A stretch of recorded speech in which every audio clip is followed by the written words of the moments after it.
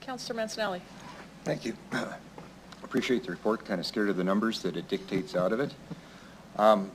Being part of council for a few years now, I've come to realize, and you've taught me, that when doing road construction, I believe concrete is 10 times the cost of asphalt, if I remember.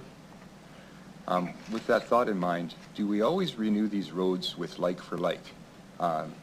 With such examples as boulevards, concrete boulevards being placed on major roads.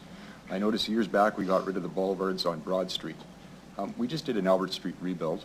We put beautiful boulevards back up, and I'm going to watch them get torn apart over the next 2 years doing winter cleanup and maintenance.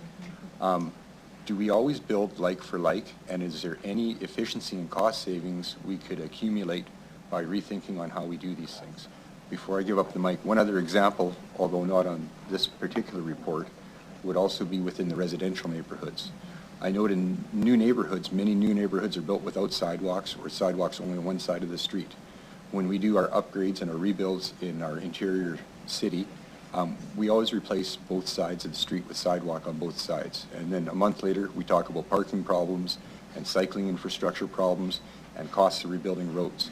At what point do we re-examine how we're investing in what we're building and see if we really have to build like for like, or if we can start to plan out for a more economical rebuild situation in the future? Through you, Mayor Masters, defer to Mr. Warren. Thank you, through you, Mayor Masters.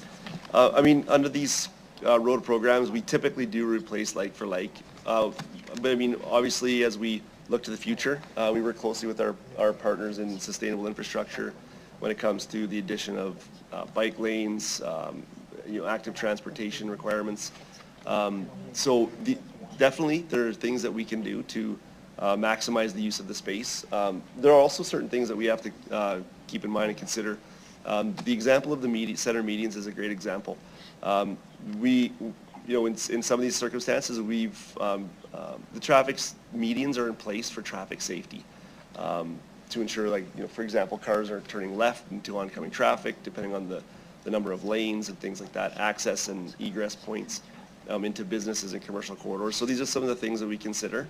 And where the impacts, where the traffic safety analysis is lower, then there's opportunities to have, for example, a painted center median as opposed to a concrete median. In other cases, the traffic safety risk sometimes is deemed too high or too substantial to implement that risk. In the case of Albert Street, there was rail requirements around the railway tracks to ensure that we're meeting the safety compliance with the railway regulations. So there are things that we definitely consider when we're renewing a corridor or location. And Mr. Honoré spoke a little bit about earlier that as an organization we are really expanding how we integrate projects and how we think about the future and how we can promote the priorities of this community and a sustainable community. So those are things that we are doing and will continue to do. Thank you. I hope the comments were brought in the conversation, and I hope they have a little bit of impact. Otherwise, maybe it's time to discuss it with my compadres here for motions. Thanks.